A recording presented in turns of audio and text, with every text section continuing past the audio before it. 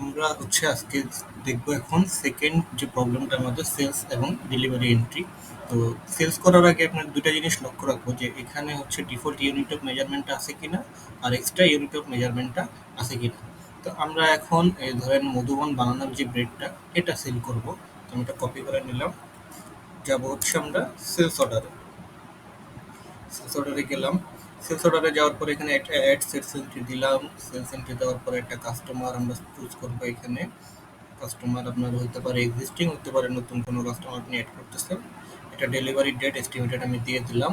কোন ওয়্যারহাউস থেকে প্রোডাক্টটা যাবে সেটার একটা রেফারেন্স দিয়ে দিলাম, যদি ফিনিশ পোর্ট থেকে যাবে। তো আমরা সেল করবো হচ্ছে মধুবন ব্রেড। এটা হচ্ছে রোলে আমি ধরে দিলাম 20টা রোল সেল করব, 3000 কেজি ধরলাম সেল করতেছি। এখানে চাইলে আপনি প্রাইসটা এডিট করতে পারবেন, 500 400 যা আপনার প্রাইস হয় সেটা আপনি দিতে পারবেন। এই এই কটা ইনফরমেশন দিয়ে আমি যখন সেভ দিব, সেভ দেওয়ার পর এটা আমার ড্রাফট হয়ে যাবে। এরপর আমি সব আবারও চেক করে নিব ঠিক আছে কিনা। চেক করে আমি সাবমিট দিলাম। সাবমিট দেওয়ার পরে দেখেন আমার একটা ডেলিভারি নোট ক্রিয়েট হয়ে গেছে। এখানে আমি কানেকশনসে যদি যাই, কানেকশনসে গেলে আমার এখানে এই যে ডেলিভারি নোটের সাথে এক চলে আসছে। ক্লিক করলেই আমার এই ডেলিভারি নোটটা ড্রাফট অবস্থায় চলে আসবে।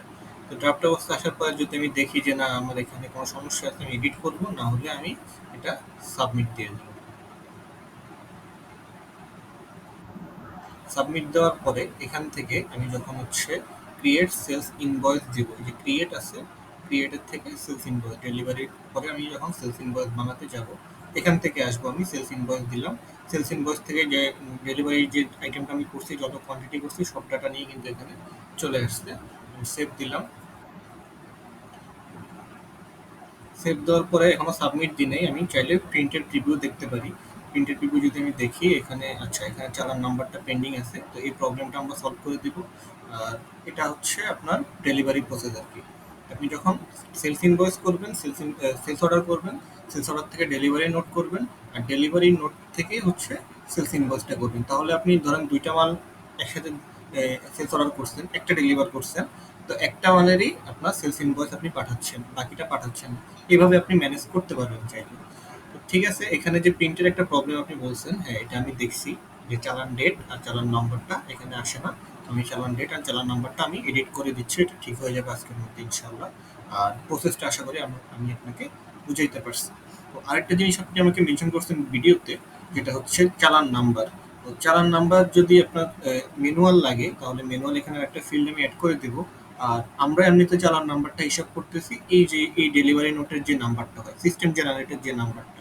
তো এটা যদি আপনার না হয় আমাকে জানাবেন, তাহলে আমি ম্যানুয়াল চালান নাম্বারটা অ্যাড করে দেবো এখানে। আশা করি বুঝতে পারছেন। তো আমি পেন্ডিংটা এখনই ঠিক করে দিচ্ছি, ঠিক করে আপনাকে আবার আপডেট দিয়ে দেবো। Thank you.